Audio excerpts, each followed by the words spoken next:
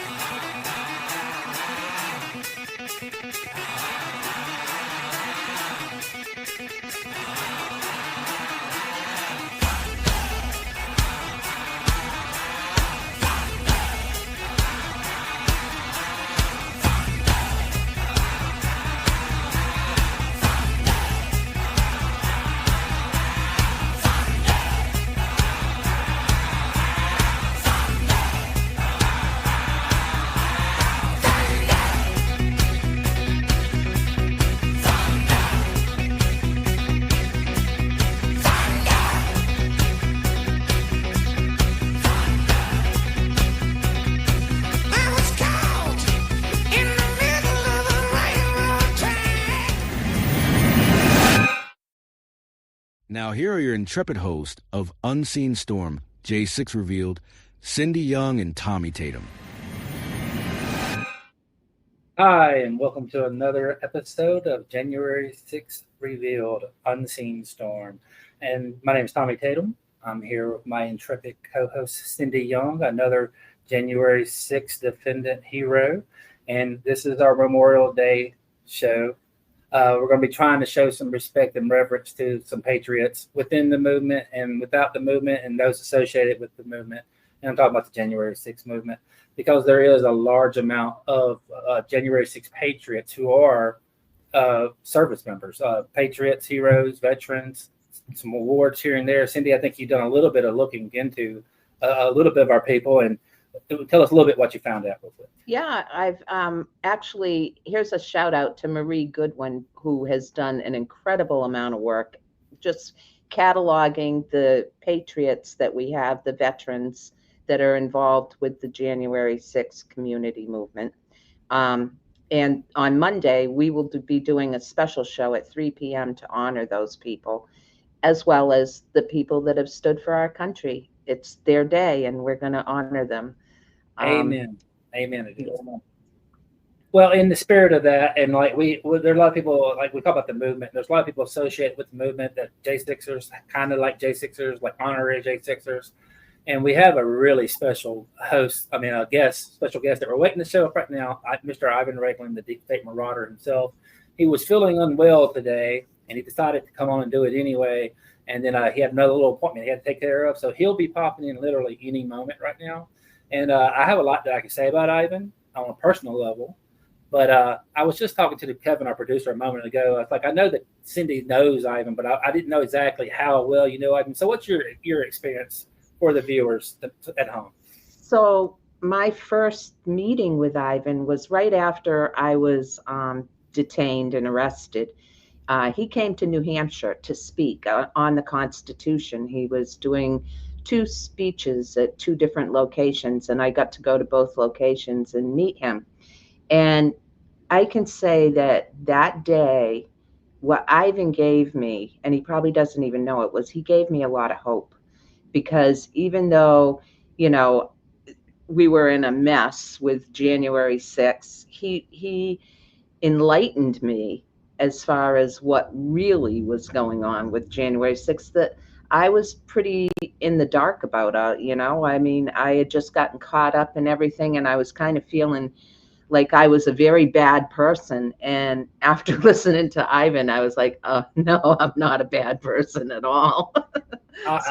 He's got the charisma, right? On top of everything else he is. And while we're waiting on him, I'll try to get into a little bit of it. But he has that charisma. And he's the man's brain is amazing. Yes. The knowledge he has, and he can just, off the top of his head, facts, dates, everything. Yeah. So let me see if I can remember for the benefit of the people who may not know Ivan. Ivan is, reason we go on and on about him is he's a Green Beret. I don't think there's such thing as a former Green Beret either. I think once you're a Green Beret, you're always a Green Beret, right? Yeah. There's no such thing as ex-Green Beret. So he's a Green Beret. He's also a constitutional law expert, lawyer, however you want to describe that. I don't think it's not like he has a firm and he's practicing day to day, but he's a lawyer, constitutional lawyer, very, very smart. I know that he speaks about 7 or 8 languages. I know that the best way that I can put it is he was a military intel officer that taught other military intel officers how to be intel officers. In other words, he trained spies how to be spies, military spies. I mean, that's kind of a cloak and daggerish way to put it, but that's what he did.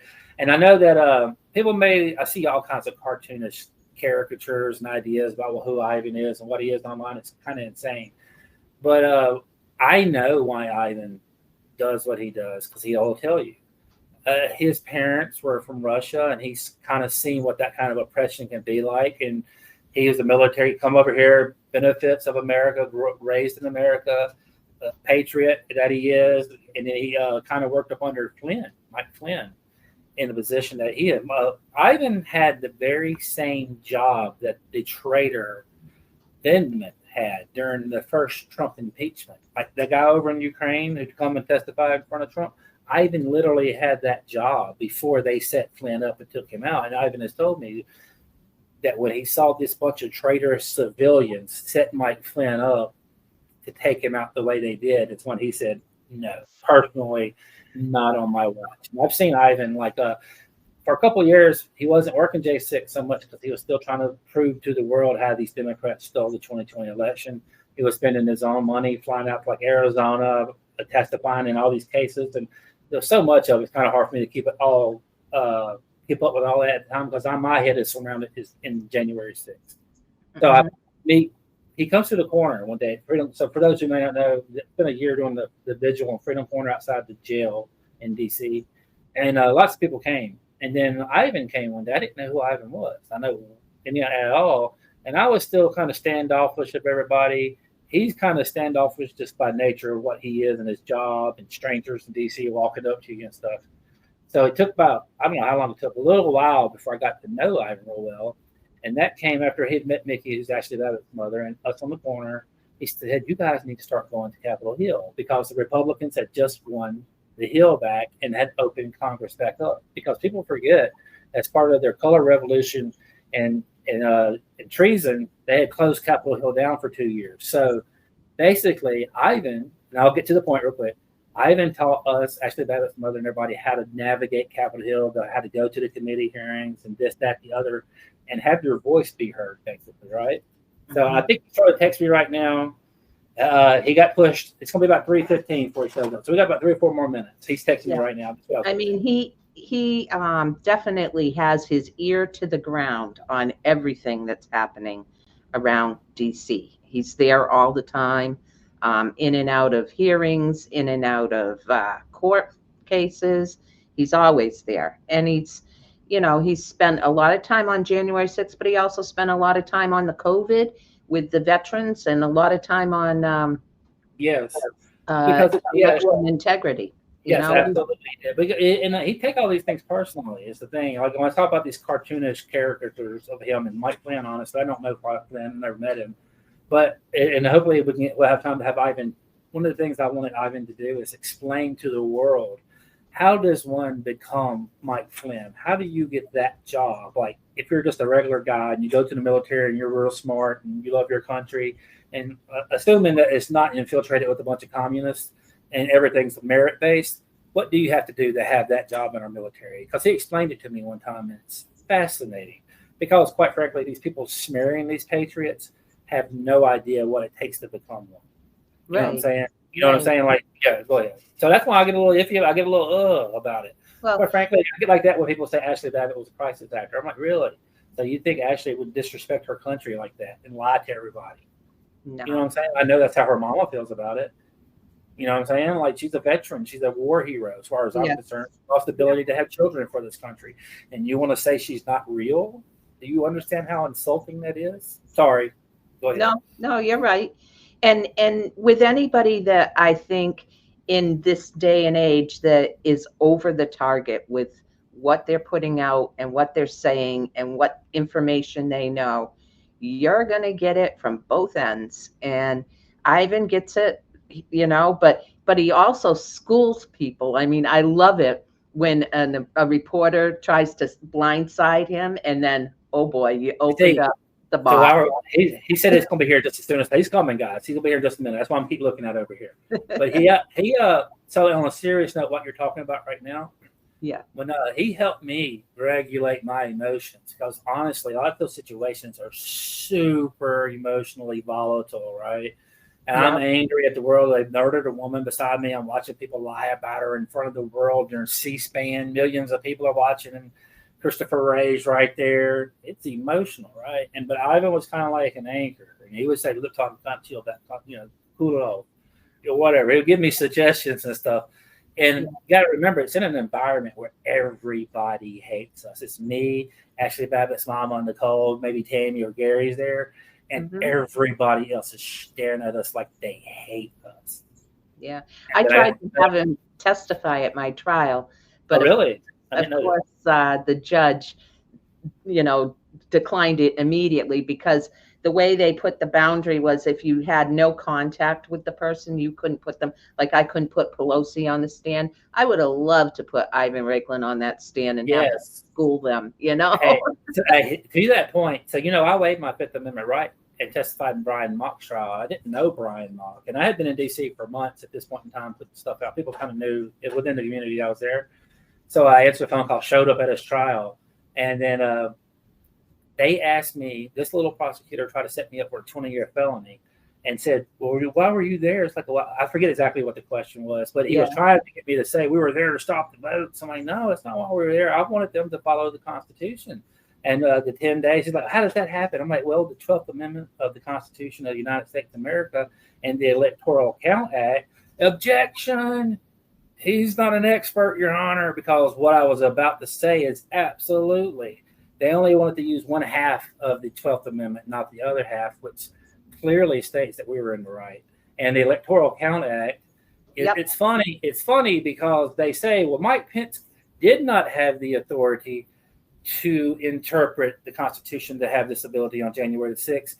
And because he did not have the ability to do that, we're going to change Congress, a literal act of Congress, to further say he can't do it. I'm like, well, if you can't do it, it goes back further in that Pence, this was when Ivan wrote, and hopefully he'll talk about this, and if I'm wrong, he can clarify it, but December 23rd was the key date. Yes, you're right. Go ahead. Ivan put out the tweet, and Pence, had he had the balls, would have said to all of the state legislators, you know, that you need to call people back in and you need to hold an emergency session.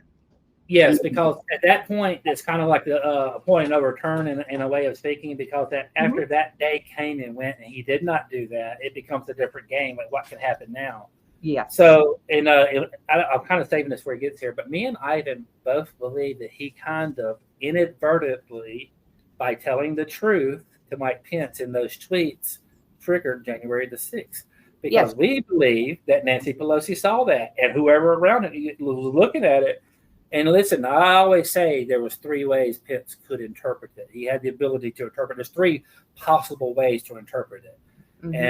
And one of them was the way that we want it, which was, you know what, these votes look like there's something wrong with them. We wanted to send it back to the states, let the states figure out if there's any shenanigans with these votes before we let a belligerent vegetable take over the White House and lead us down the road to destruction and death for the next 4 years, which is exactly what happened in America. And we were right, and you were wrong, and you were all a bunch of cowards for staying home and not doing anything when they threw us in prison and tortured us for 4 years. Mm-hmm. Yeah. Pretty much. Ivan had even said when I had that first meeting with him, he brought me up and I sat next to him and he was going through all of this. And he looked at me and he goes, I have to say, I'm sorry. I think I was the cause. He told you. It's funny when you say that, because that can sound a certain kind of way. You have to make sure, because especially within our own community, there's much little, people take half truth. This is what I've realized. People hear half of something and then put their own motivation on the way that, or own interpretation as the way that sentence could end, and they just fill it in for you. So when you say Ivan Reckling caused ignorance at 6, certain haters would take that and make it sound nefarious. He was the thorn in their side, is what he was. And keep in mind, Donald Trump retweeted it. So this is some of the stuff that we were going to try to get to. Maybe we'll just go for him. Like, Donald Trump had retweeted a couple of these theories. It was the Pence card, or whatever Ivan calls it. So he was getting a lot of people were reading it. So that's why I think Nancy saw it. And it goes right along with we were getting what we wanted to have happen that day before the MPD started a riot on the steps of the Capitol, because we had one congressman and I think at that point one senator object to the certification of the votes the way they were that day. And right about that time, Ray Epps and the whole Ray Epps breach happened. Right? It literally was going on. So we were getting what we wanted to have happen until all of that started. And because they had to evacuate Congress, they stopped the process of what was going on. And when they come back, almost the entirety of Congress all violated their oaths and certified a fraudulently certified election. And I think that's why they started that narrative of insurrection and domestic terrorists and, we were the worst thing. That was to motivate those that came back in Congress to just go along. Absolutely, because our own side figured, okay, well, let them throw half our base in jail and prison and call them terrorists and lie on them, because I got a whole bunch of dirty deals I don't want the world to know about either. And Trump was exposing it all. Mm-hmm. And they're traitors. Yeah. As Ivan has, he made a list. He has his deep state target list that, and the players you see are the ones that he's called out. You might not like what the guy has to say, but he's effective. He's effective. And I can see that there's last week, Ivan basically baited the lady who forced the vaccine mandate on all of the military through the DOD at the CIA. He baited her. She outed herself. And now there's a lawsuit, and I hope we get discovery, because I can't believe she fell for it. I have a Substack. I wrote a lot of this up on it. So Ivan, it's not like he just did these things. Ivan's a patriot every day, and he's still in the fight. Like, literally, he has the deep state is suing him for outing the CIA for causing the mandate. And you see every day something new comes out about the vaccines. And then Ivan took all that very, very, very personally, because he was a military guy. And he's seen all these guys have their lives destroyed over these communist bureaucrats. Yeah. All right. I'm gonna give you the mic for a second. I'm gonna see where he's at. Okay. Yeah. And he even back, I don't know, it was months ago, but he got together several military officers to sign a huge petition on the COVID thing. And, he was instrumental in moving that forward. The guy, he's doing what he has to do to uphold his oath to this country, the way I see it. And all we need now is for Ivan to show up, because that's about the best intro we could possibly give a human being. Right. Okay. So I'm looking at my notes real quick. There's no telling what's happening. He may be held up on the other end. I got to know Ivan he came to the corner. He made those introductions through Mickey and everything. Mm-hmm. And then he was at the Capitol one day, and I had stayed home. And then I ended up cooking hamburger steak with corn and mashed potatoes and gravy. And I lured Ivan in with a good home-style Mississippi lunch. And me and him and Gary went to a library to go over, basically, I think now looking back, I think this was Ivan working out in real time the January 6th stuff, the beginning of it. So if you ever go and see the Flynn movie, you know, that big, huge wall, Yeah, all good those articles on it, and Ivan could talk for like 3 hours on each article. Mhm. That was me and Gary sat in a room with Ivan with a whiteboard here in Virginia and at a library. And he started going through it all. And I tell everybody, I knew a lot about politics. I really did. I've been like those as a nerd following it my entire life. But at the end of that 5 hours, it was life changing for me because I realized how it actually works, how incestuous it all is. Like these Democrats, these Republicans sit on these committees together for decades. And they, through different presidencies and whatever, they nominate the judges. So they know the judges in and out. They're all like this. Like the judge was originally a staffer who went on to become some senators, whatever. And then he, you know, like they all know each other. And it's, and once at the end of that 5.5 hours, I realized this truth that we may blame the Democrats, and they did take their party still in the 2020 election. But when it came down to it, the people who really caused us that presidency is the Bush, Cheney, Obama, Cheney elected judges, federal judges who were Republicans. Yep. Because despite what your Democrat may tell you, out of 70-something cases, whatever they say it was, only 2 or 3 only had a little bit hurt on the merits. The other ones were all dismissed on technicalities or you didn't have standing or whatever. And really what the entire thing was one big, huge conspiracy wrapped up in a bunch of them. And they all got together and said, listen, you're going to have that position. You're going to have that. We're going to have all these positions to where we can just tell everybody, shut up. This is what happened. And we're going to steal that election. And if anybody says anything about it, we'll throw them in prison. Mm-hmm. That's what they want. So I think that's a crime in and of itself. It's a conspiracy. And they all got together and did it. We're all going to cover each other. We're all going to lie for each other. The judges, the lawyers, the politicians, the media, all of them. They all deserve to be tried for treason. And that's what we're looking for, is some relief in that area for people to be held accountable. And I wonder if that will ever happen, Tommy. I really do. The sad truth is well, first of all, and I hope we're going to get the Ivan guys. If not, he'll be on our Monday. He'll probably pop in here any second. But the truth, though, Cindy, is the whole truth. People will never realize the whole truth. They spend $1 trillion lying about us for so long. There's going to be people who just absolutely will never believe or know the truth about us. And that's why I think we need federal protection. So I think we need to have a law passed in this country to protect January 6ers from these Democrats, because these evil Democrats are not going to let it go. We saw how the judges acted, even right now with some of the pardons and stuff. And they're never going, and it's not just about you, January 6th, it's about your grandchild that has that same last name that's going to show up in a history book at some point when a Democrat's back in office. Okay? Right. Go ahead, Cindy. Go ahead. How do you feel? You're absolutely right. We still have people that are struggling to get work. They're people don't hire them because up comes their charges on their record. Even though we've been pardoned, those charges still sit out there. And that's the thing people see. And to that point, part of this entire thing is they made sure to ruin your last name in your hometown where you grew up when they arrested you. I think it's racism to a degree, or classism, whatever you want. But I don't see them doing that for Bob down the street whenever he did some federal crime. They used the entirety of all the national media they can get and local media to absolutely smear your good last name to where you can never get a good job again. All that is part of the same conspiracy. And that's what they did when I had my when I was arraigned. I no sooner set my feet out of that courthouse, and it was all over the news, not only in New Hampshire, but I'm from Massachusetts, Nantucket. Boston News had it. I mean, it was instant.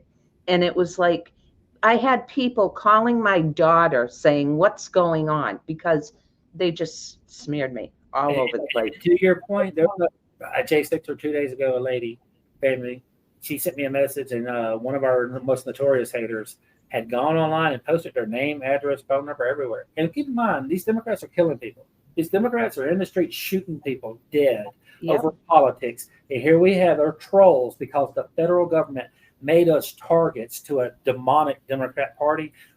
6 months after a pardon, putting our family's addresses on the internet, and nobody will do anything about it. Right. Look.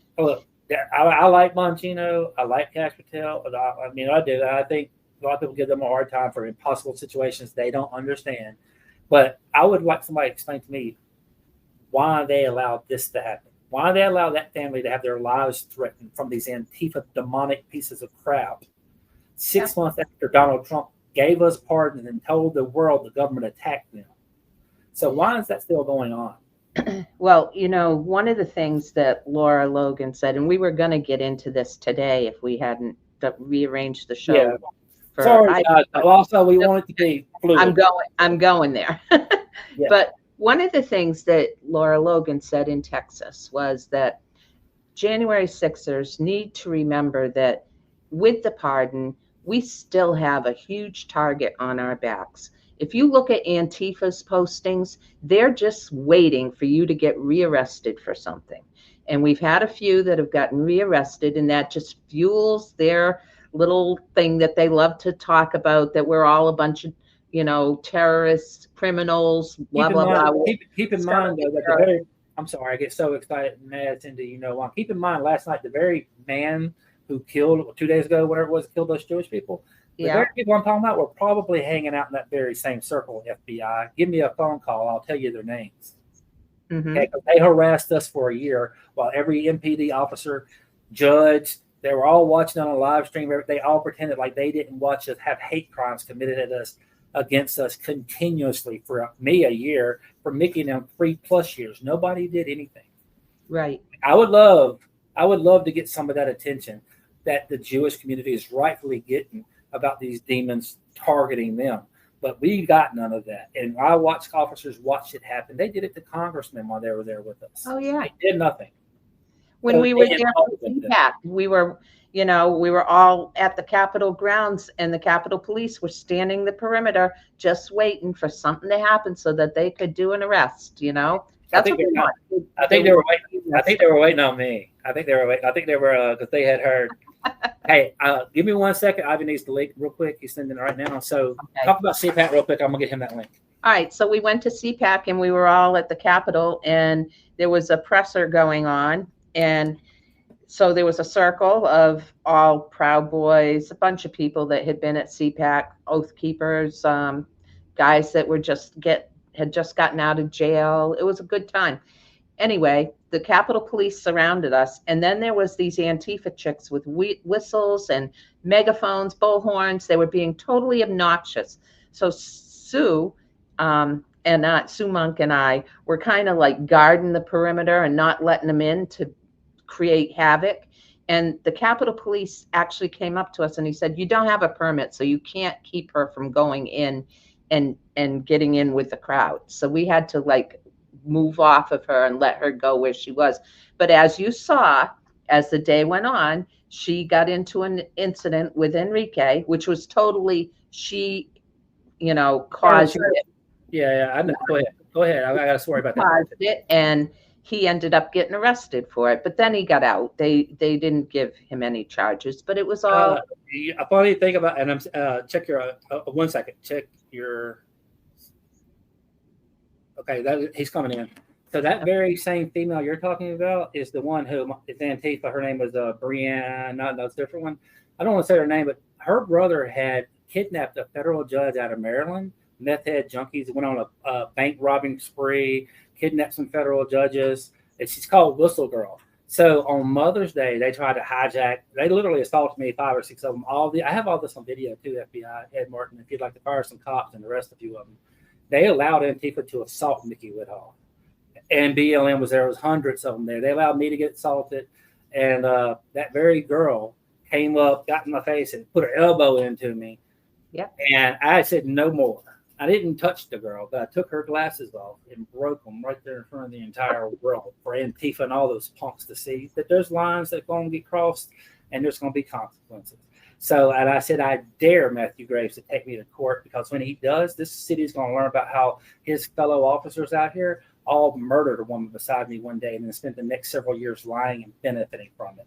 and they dropped those charges exactly the way I told them to. And I got one of the best mug shots in the world in DC. Me and only Mickey Whithoff got one.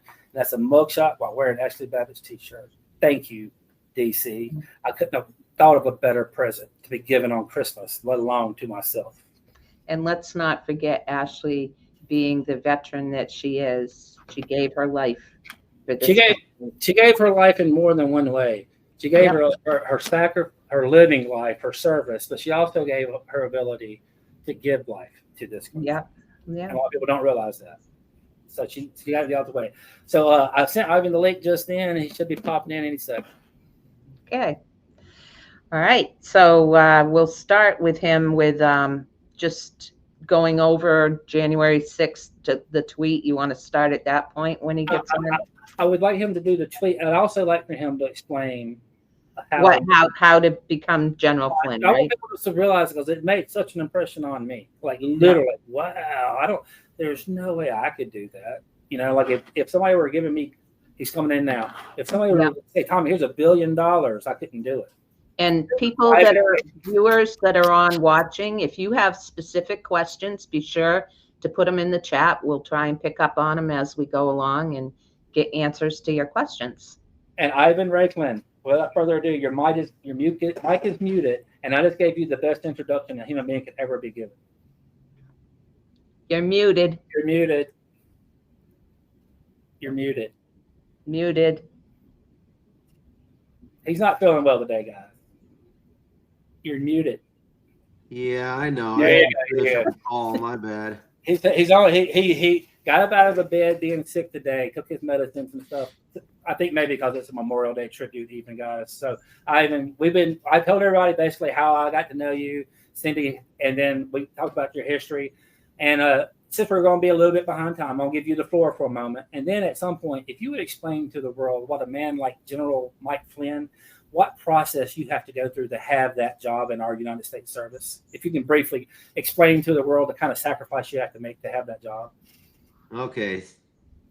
First question is, I have bald hair just like Tommy Tatum. I was going to wear a bald cap today. Wouldn't that have been great? And Yeah. if you want to know the answer to the second question, you got to watch the movie Flynn, Deliver the Truth, Whatever the Cost. Next question. Next question. Okay, so explain to us what you were doing after January the 6th until you kind of met up with us on Freedom Corner. And then you kind of shifted a little bit of your focus, started shifting into the January 6th situation. Yeah, so my January 6th, I was a contractor at the teaching intelligence analysis at the Defense Intelligence Agency and a couple other courses. So National Intelligence course, Intel Analysis, and Intelligence Support to Multinational Operations at Headquarters Defense Intelligence Agency.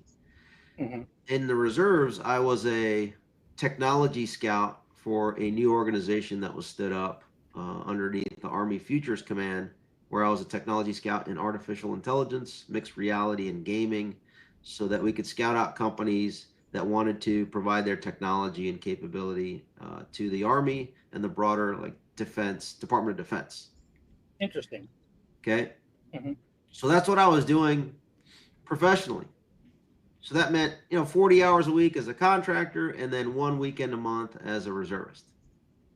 But in my free time outside of that, which would have been, you got 168 hours in a week, minus 40 hours, and then minus 1 week in a month, I took to exercising my First Amendment on a regular basis to, as I observed, just like you guys did, everyone that showed up on January 6th, that it was a illegitimate, illegal actions that were being committed by our federal government, different parts of our federal government. So the COVID con, the lockdowns, the states were complicit in in the illegal lockdowns. And then that turned into an illegal election that was conducted in 39 states. But then the election took place, and then one of the campaigns sued and contested 6 and arguably 7 of those states. I argued that there were at least 9 states that should have been contested, like New Hampshire and Nebraska, but no one really caught wind of that until really later on. But using my skills that I've acquired over the last quarter of a century, I took to Twitter to explain that, the constitutional violations that took place in the election and its subsequent certification on January 6th by the leadership of the legislative branch that were responsible for conducting proper parliamentary procedure and to provide proper safety for the conduct of that parliamentary procedure. So the Capitol Police, the Sergeant at Arms, the Speaker of the House, the Capitol Police Board, etc.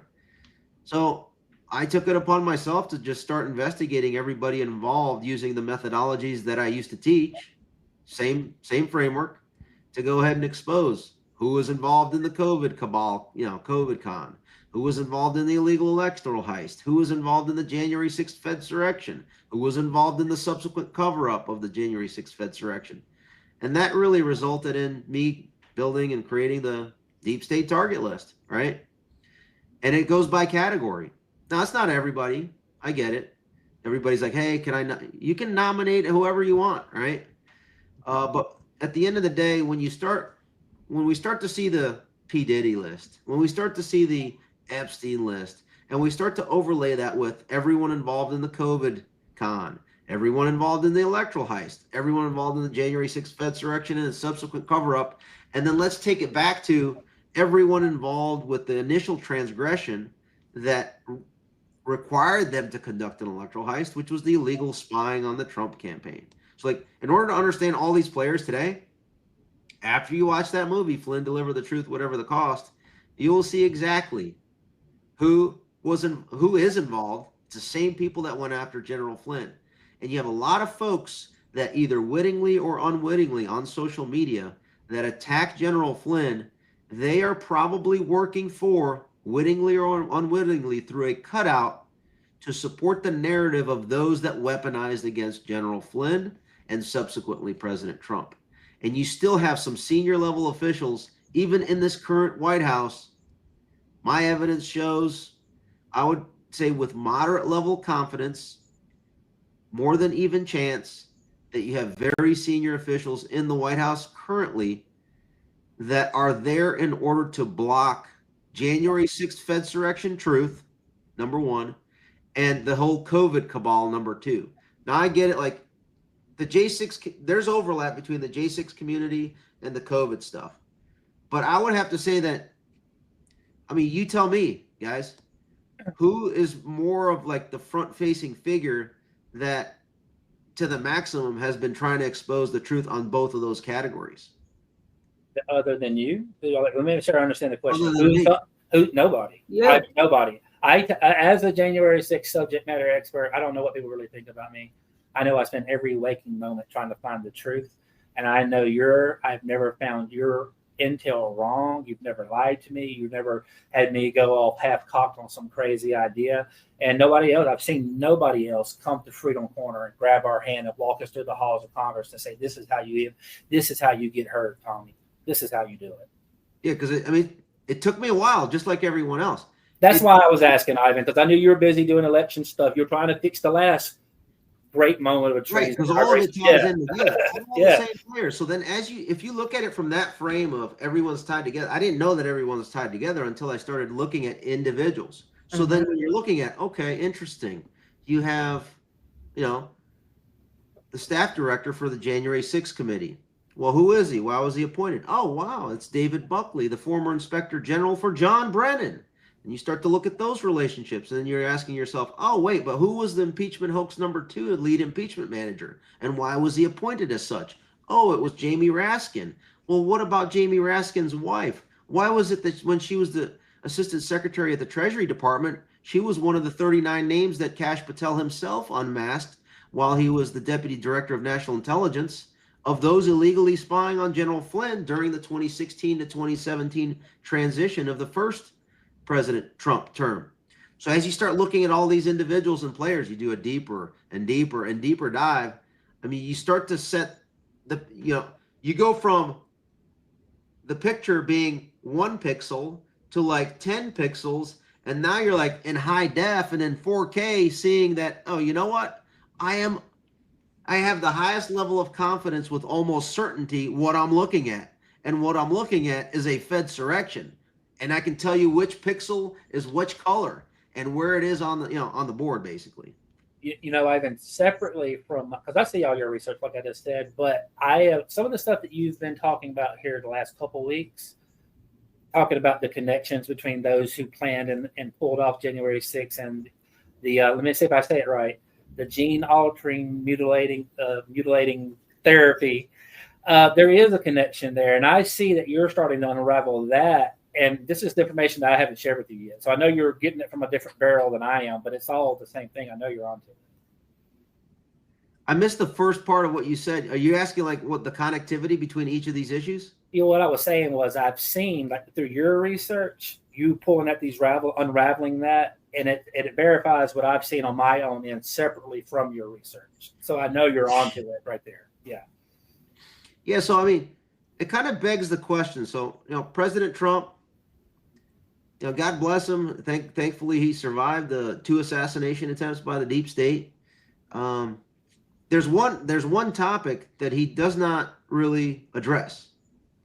He does address the January 6th issue because it kind of personally impacts him, because at the end of the day, if anyone is accused and convicted of insurrection, then they can extend that and apply it to him, through some grandiose fake scheme that they've tried over the last 4 years. But when it comes to the jabs and COVID and the whole COVID cabal, there's no appetite for that. And then it begs the question, why is there no appetite for that? I get it. He's proud of his stance on Operation Warp Speed. But let's face it. I mean, who was advising him on Operation Warp Speed? Who were the critical players? It was the Anthony Fauci's. It was the Debbie Birx's. It was the Mike Pence's. It was the Jared Kushner. Oh, wait, you can't talk about Jared Kushner because he's family. Unfortunately, I have to take heat rounds because I go where the evidence leads me. Yep. And I don't want to say those words. That name creates so much pain for me. You don't even know. But he was the shadow governor along with Mike Pence on the COVID task force. Yeah. It's like, why is it my fault for his actions and his decisions? Meaning Jared Kushner and Mike Pence. It's not. I'm just disclosing with my voice on X and Rumble and through podcasts like this that allow me to speak. And most of these podcasters that are really big, they won't have me on because they know that I only talk about things that are censored. Like when people invite me, oh, can you come on my CommieTube channel? I'm like, sorry, bro. I mean, friends that I've known for decades, they're like, hey, I'm trying to grow my CommieTube channel. I'm like, Rumble, if you put it up on Rumble, I'd be glad to go ahead and have a conversation with you. Or on X. If you don't want to do that and you want to put it up on Fakebook and Instagarbage and CommieTube, sorry, bro. Our friendship stops at that point. And if you move over to the free speech platforms, our friendship picks back up. Ivan, in what you're talking about right now, do you feel like there's been word coming down from up above saying, squeeze Ivan out, don't let him talk, I don't like what he's saying? So they're not going to do it that directly because these are pros, right? I want you to explain it to people like me who get up and get dirty going to work, not go to work and do dirty things, right? Like people who are too busy working all week to figure it out the way we can. If you'll explain it to average. So, I'm not massively connected, but I interact with members of Congress. I interact with Senator Ron Johnson 2 days ago when he was at the hearing, right after his hearing on the COVID jab destruction to America, right? So there are certain individuals within our government, Senator Ron Johnson, and some others in the executive branch, which I'm not going to name anymore because I don't want to give any sort of names that will then, because every time I name someone, were the individuals that have the influence and leverage to block me, and they have the influence and leverage to block the individuals within the executive branch that can create COVID accountability. So essentially, we have to do this in a way, just like when, you remember when the internet was mad at me for saying that I was running a counterintelligence operation on January 6th? Remember? Everyone went apoplectic. And I will take some responsibility and say, I apologize for not saying counterintelligence, because someone took CI to mean confidential informant operation. Well, you never say it that way if you've been in the system, right? Yeah, crazy. Well, you don't do a confidential informant operation. You do a counterintelligence operation. Okay. So my bad. I should have spelled it out. Counterintelligence.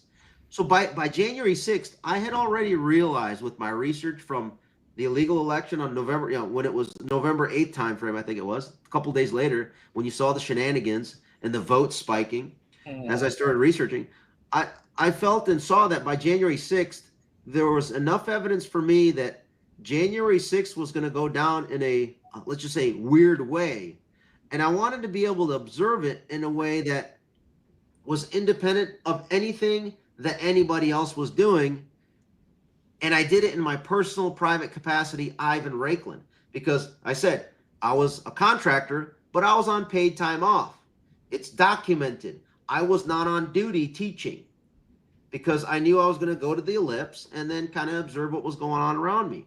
And then I was also not on reserve status. So I'm basically private citizen Ivan. And so as I'm out and about in DC, lo and behold, some weirdness happens. Now, initially I was duped, thinking that, it was, people got mad because the election was stolen and started to get, a little ruckus.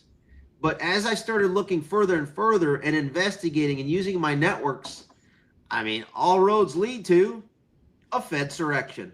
Yes. Mm-hmm. And notice how every single major influencer and January 6th expert for quite some time, no offense to you, Tommy, but including you and me as well, we were focused in on the DOJ and the FBI, how they ran the op. They had confidential human sources. The DOJ and Matt Graves were weaponizing. But when you peel the onion some more, you're like, whoa. What evidence were they using to convict and start to arrest people? All of the evidence that was used was from where? Several silos of information. Mm-hmm. The U.S. Capitol Police, meaning the legislative branch's CCTV footage. Who controls that? That's the Speaker and the Senate Majority Leader, folks. And who gets to manipulate it and decide what goes over to the DOJ for prosecution? It's the damn General Counsel of the U.S. Capitol Police, Tad DeBias, as he advises whoever the Chief of Capitol Police or acting Chief of Capitol Police is. That's number one. Number two, the perjurious testimony of U.S. Capitol Police officers as manipulated by General Counsel of the U.S. Capitol Police, Tad DeBias, and the acting or current Chief of Capitol Police.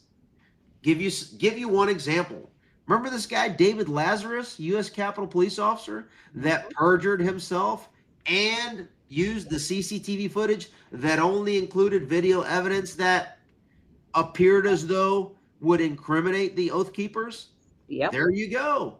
Tad DeBias was behind that, meaning the legislative branch's U.S. Capitol Police's general counsel was behind that doctored, manipulated CCTV footage and bogus testimony, as well as Harry Dumm, Acanilo Ganell, Michael Byrd, right? And all the other folks. Now, before you interrupt, one other thing. Once that evidence was sent over to the DOJ for processing, meaning the FBI and the U.S. Attorney's Office, the FBI took it upon themselves to go ahead and bring in more doctored and manipulated evidence, because guess where they brought it from? From their surrogate censored platforms, Facebook. Twitter 1.0. And guess who was facilitating that manipulative documented evidence that the FBI was using at the time? It was their very own previous general counsel, Jim Baker, who was the deputy general counsel at Twitter 1.0. Yeah. You see how I bring out Yeah. Can I swear on this show? Yeah, Yep. you can do Where- whatever you want to. With the wrong motherfucker. I know they did. So I now know. it's my time to weaponize against them. Hey, Ivan, in all Okay. seriousness, before you got here, I was trying to explain to people because I know these ridiculous people go on and smear your good name, and I'm sorry you have to see that. I'm sorry your children. I don't have to see care. that. I know you don't care, but Wait, I let me want finish. people to know. I want people to know that you're a patriot. I find it's insulting to me that I don't need see to you prove have. anything. Go ahead. Go ahead. I don't need get to it. prove anything to anybody. Yeah, But go I ahead. thank you for that support. Yeah. So I just talked about the Capitol Police, right? The DOJ, and as that's going on, all that fake evidence is being put together. Nancy Pelosi decides, you know what? We're going to continue to do the wrap-up smear on the national scale. And how do we do that? She's going to lean on her little friend from Maryland, Jamie Ratskin, and say, hey, Jamie, you were the guy that I picked in 2020 to kind of war game all the different permutations and possibilities of what we need to do on January 6th to make sure that our dementia Biden criminal syndicate leader is placed into the White House. Why don't you go ahead and continue that with an impeachment hoax number 2 as my lead impeachment manager so that you can start to create the public narrative that it was an insurrection. While you do that, Jamie, I'm going to go ahead and talk to my district, San Francisco, where Twitter 1.0 headquarters is, where the San Francisco field office of the FBI is, the senior ops guy on Crossfire Hurricane, the illegal spying op on Trump and Flynn. A guy by the name of Joe Pientka III was the number 3 guy over there coordinating with his buddy Elvis Chan to censor. So while Jamie Raskin is using C-SPAN for free and educating the country on the insurrection, Nancy Pelosi is censoring anyone from being able to put out the truth story of the Fedsurrection. And she's also calling her friends over at, whether it's Politico or whether it's the MSLSD or whether it's over at Criminal News Network. While she's doing all that, the Republican cucks are doing the same thing with their Republican affiliated channels of disinformation known as faux news. Because guess who's on the board of faux news at this time, and it still is? Paul Ryan. Paul Ryan had a sergeant at arms by the name of Paul Irving, who later becomes Nancy Pelosi's sergeant at arms, who was the guy that was at the top of the heap when it comes to law enforcement decisions as it applies to January 6th. Paul Irving. It's all a mess, and it all starts with the legislative branch. And as the legislative branch was doing the impeachment hoax, they then further continued it on with the J6 Select Committee to perpetuate the insurrection narrative so that they would educate the DC jury pool so that by the time the doctored evidence from the Capitol, coupled with the manipulated FBI Twitter and Facebook BS, was presented to the court and the jury pool in DC, they were already for a year to 2 years and 3 years told, guess what? Tommy Tatum and Cindy are the biggest, and Ivan are the biggest insurrectionists ever known in the history of humanity. And Right. You know what? It doesn't matter that Enrique Tarrio was not even in the Capitol. He is a political target, and he has a movement that we need to silence because they're going to be the ones that counter and reject the fake, false, illegal election. Same thing with the Oath Keepers. If we let them survive from the perspective of Pelosi, if we let the Proud Boys, Oath Keepers, and all affiliated groups that organize rallies leave them on the streets, they're not going to allow the stolen election to continue to flourish and instead protest digitally and physically. So we must remove them off the chessboard, and that's why they did it. And how did they loop in Enrique and Stuart Rhodes, who never even entered the Capitol, let alone Enrique wasn't even in DC? They threw in seditious conspiracy. Who started that?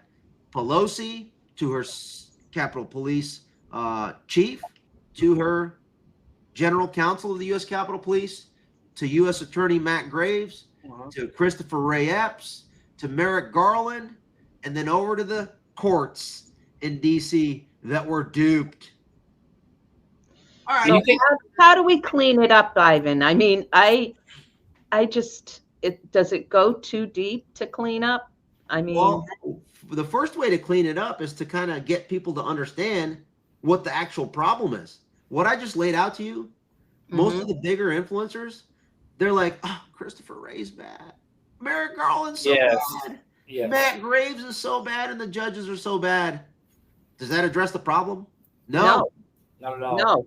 They received manipulated video. Like, even if they were patriots, constitutionally minded patriots in the DOJ and the courts, there is no way that they could have stopped convictions because the evidence that was provided to them was already false and manipulated, and they had no ability to get the real totality of the circumstances. I want people to understand how right you are about that very specific point, because in my own research, I found a lot of what's called data morphing in the footage that only happens at the most consequential times and places throughout the day.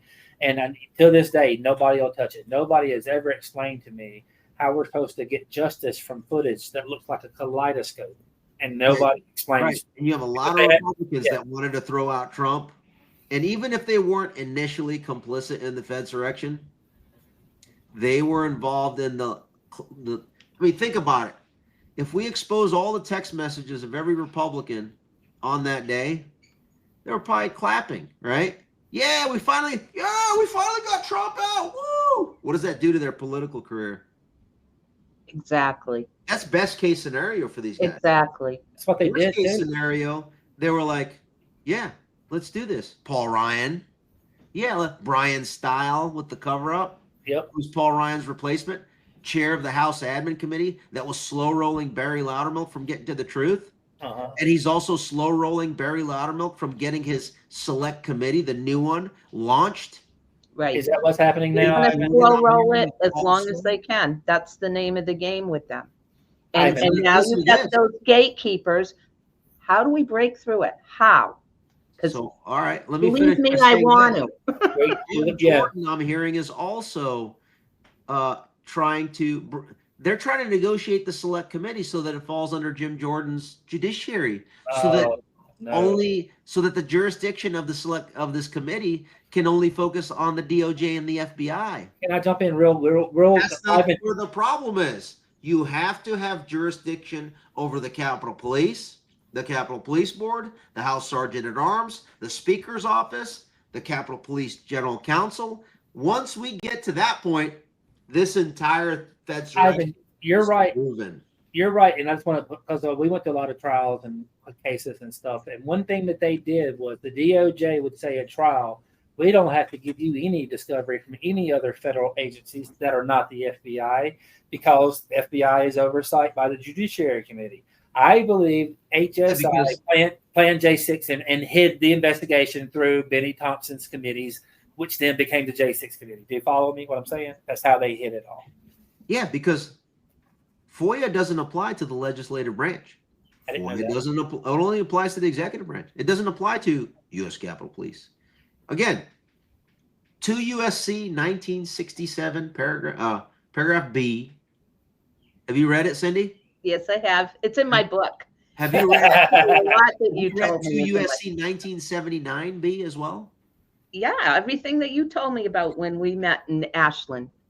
There you go. When you read those two provisions, the first one talks about the U.S. Capitol Police's jurisdiction, primary and concurrent.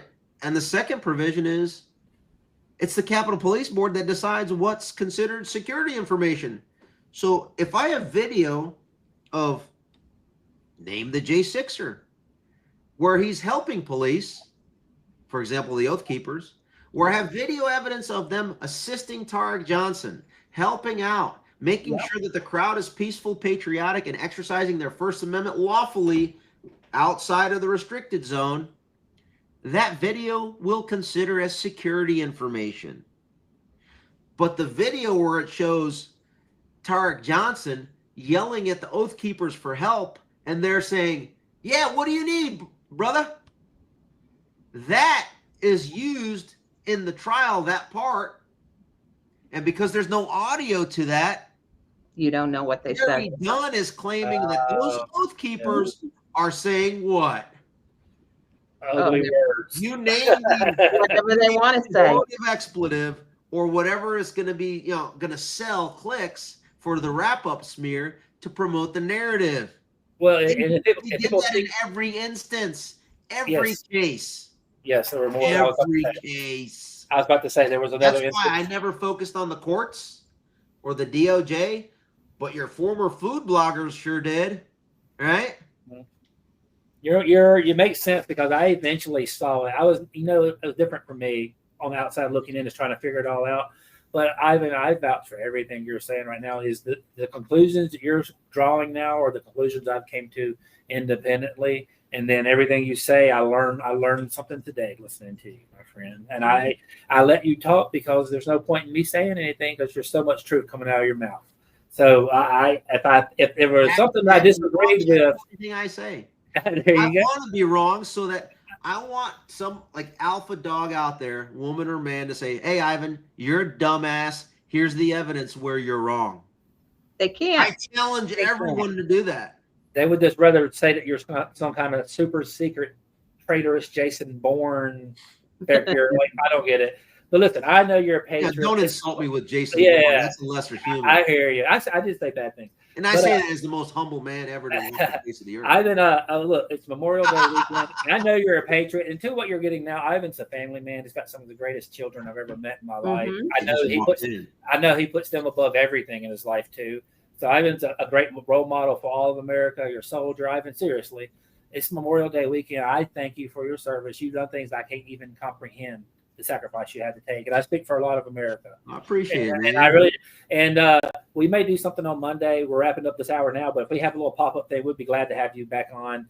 And always, you have an invitation to come on and talk whenever you want. Cindy, if you'd like to say something before we go. Yeah, I'd just like to say thank you for all you do, Ivan. I've heard you called a national treasure, and I believe that.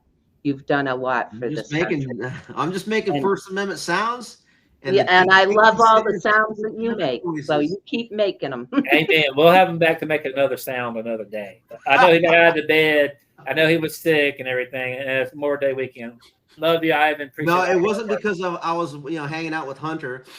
My nose is clearing up. We all know Hunter ain't gonna share. You know what I'm saying? He doesn't share. Yeah, he got a nose like a vacuum sure. out here. Parmesan cheese in the carpet. There you go. But Ivan one time asked him what kind of crack he liked live in person. Oh, before we finish, I want to get this on video. Tommy, Yeah. You saw the movie, right? Flynn Deliver the Truth, whatever the cost. Mm-hmm. And you were one of two witnesses to 5-hour explanation of all the relationships. Well, that was early on. You want to tell us about that? I tell everybody this sounds so cliche or whatever. That 5 hours literally changed my life. I tell everybody, Ivan, I knew a lot about politics. I was just kind of nerd that watched politics my whole life. I just liked it. And so I knew a lot. So whenever you go through all these associations and incestuous relationships and how government actually, if this guy sits on a committee with this guy for 20 years, all these dirty deals happen, you're like, oh my God, it's like a trailer park. It's like a trailer park that are all on drugs. They're all screwing each other's wives and stuff. It's like, and it scared me because it really did scare me because I realized what we were facing. You know what I'm saying? And it wasn't emotion. Yeah, it wasn't emotion in some trial somewhere that was going to set it off. Unfortunately, we have one burrowed in at the White House. Yep. But it's coming out. It's coming out. I think people will realize it, and President Trump will have to make a decision. Just so you know, I'm okay with these people to stay in their positions as long as they allow us to get to the truth of January 6th and COVID accountability. The moment you block me from those two lines of effort, I could care less about anything and any power you have over me. I prefer truth over access. You want to block me out and box me out from all the party soirees or this and that? Great. That gives me more time to expose you. Thank you. Amen. Amen, it does. And honestly, Ivan, about that situation, if it makes, I haven't said this to you yet. I noticed from listening to other people's conversation on Twitter and elsewhere, the other average real Americans were noticing this very issue that we're kind of alluding around. They were already starting to see it on their own. Probably what kind of had other people like maybe you or somebody else. Should I drop some names? I'm leaving it up to you. Drop them. Drop them like they're hot. It's on the internet. But look, we're at the end of an hour. This That's sounds all like right. a Couple of conversation. minutes. Drop the names. Let's do it. Go ahead, Ivan. So I'm gonna answer it this way. Who was behind removing Matt Gaetz to be the Attorney General? Who was the person that was the one that placed Pam Bondi as the lead pick to be the Attorney General? Who was the person that was behind trying to get Pete Hegseth removed as the Secretary of Really? I Defense? didn't know all this. Who is the person that is making sure that Bobby Kennedy is surrounded by people that will not get to the vaccine, COVID, jab, mutilation, destruction? The list goes on and on. Who was behind who was in a meeting with President Trump and the chief of staff right before he went to the Middle East for about a half hour in order to be able to talk about something? Yeah. Who was behind the 747 deal? I want names of the people and how much they benefited from that 747 deal. Yeah, we got to dig this I out. can go on and on. I'm just going to pause right there. Any ideas, Cindy? Of who I wish I knew. I don't know. This is the big payoff. You going to tell me? Come on, it's the big payoff question right here. It would be unfair for me to answer, Cindy. Who was a former big time partner at lobby firms that's in the White House now? Let me ask it like this, Cindy. Who would you say is the responsible for a lot of the bad vetting into the White House? You see Laura Loomer talking a lot about the people that she exposed. Like who's responsible for that bad vetting coming out of the White House? I don't know who. Who does all of the I'm flunking. Who does all of the endorsements? Tommy, go ahead. Who recommends the endorsements for Lindsey Graham, for Jack Cianarelli in New Jersey, who else? What are some other? I can answer, and I will. Before I say the reason why, it's because she's seen as a beloved figure. Her name is Susie Wiles. Is that right? Am I saying her last name right? What's it, Susie? Susie Why Wiles. do you think that? Wiles. I didn't say that. I've had other people in Twitter Spaces that are January 6th related, who are just average people trying to figure out why are a lot of the things you just mentioned, the Matt Gaetz. And the last trying to figure it out. What's her role right now? I guess the last question is, as it applies to January 6th, who was the one that told Trump not to pardon everybody and instead have some people commuted only? So I'm gonna pull the name up because I had so many names go through my head today. I actually wrote a story about it. Wasn't JD Vance on that bandwagon for a long time? Until Laura Logan explained to him the reality of the situation. Yeah. Yeah, you got a lot of it's the uniparty stuff. It's kind of like whatever. But so who we're talking about is I don't know her exact official title, but it's Susie Wiles. Susie Wiles, I believe I would today this morning when I woke up, I would have said she's Trump chief of staff. I know that she handles. Is that the one they call the Ice Queen? No. I don't know if I've heard that, but that's the one that Criminal News Network wrote like a 1,500 word fawning, the Messiah piece. When they do that, you know you're in trouble. Well, honestly, the reason I'm stuttering or whatever is Trump has a lot of respect for this lady, or he has, I'm assuming.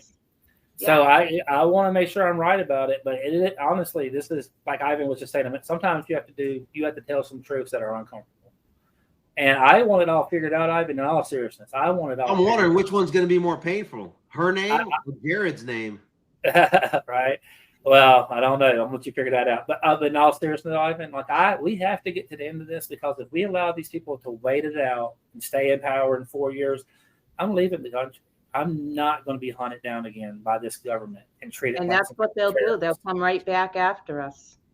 So we got a couple of years. If we do not castrate the deep state and crush the commies, they're going to go even harder and more unlawful than what they did the last 4 years.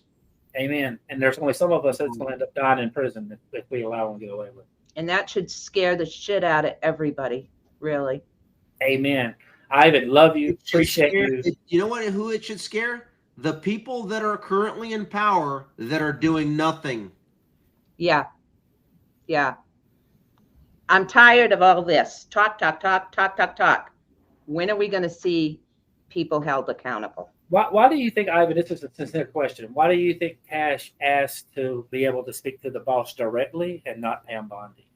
Is it because he didn't want to have to go through a studio at Fox News to be able to talk to I her? don't know. My guess is that Susie Wiles was a partner at Ballard with Pam Bondi. Oh boy. Okay, I haven't internalized that fully. I got you. So it's like the whole Uniparty thing. They all make money. I think they're all related to COVID. It's all related. Yeah, that's her. That's Yeah. the ice That's how you're queen. thinking, Ice Queen. I didn't know. I didn't know that people refer to her I as pray the that I'm Ice Queen. wrong, so that everybody can pile on and say Ivan is horrible. He's the worst person in the history of humanity. He's a MAGA, whatever you want to call the pejorative. But I I'm don't going know. to read a comment. Years. Hang I on, know. Tom. Go ahead. Comment from one of our viewers, Ivan. I love Ivan. His words cut deep. Does not pull any punches. So that's from our viewers. You keep doing. There you Well, go. it was Carolyn. Carolyn's a big Who supporter. We have the real deal, real I American. mean, I got some pretty significant people that call me anytime I say that name, Susie. They're like, Let me tell you, I have not had a chance to tell you this. So I wrote a story. and about I it. hate that because it's coming from people that I respect. Because you're poking bears. But Yeah. listen, it's got to be done, Ivan, for the sake of the country. And I will tell you this: I did a story about it earlier, and as soon as I did that story, it's like somebody poured ice water all over my Twitter account. Just so you know. Just so you know. What's her nickname? The Ice Queen. The ice apparently. queen. There you go. Well, look, Ivan, we could talk for dozens of hours, and we probably will at some point. But we're going to get this Memorial Day weekend kicked off. Yeah. You have no idea how happy you made several people involved with our production and even our viewers that you came on and spoke. Thank you, Ivan. Oh, We send love me the you. link. I'll put it out, and then I'll get more pain from it. There you go. Good deal. Thank you, Happy Kevin. Memorial Day. Thank you, Kevin. You have a good weekend, Ivan. Cindy, Cheers. love you all. All right. I know you told your friend you're not okay. And tell me what's wrong and why you never said you felt that way. 'Cause you're trying to stay strong and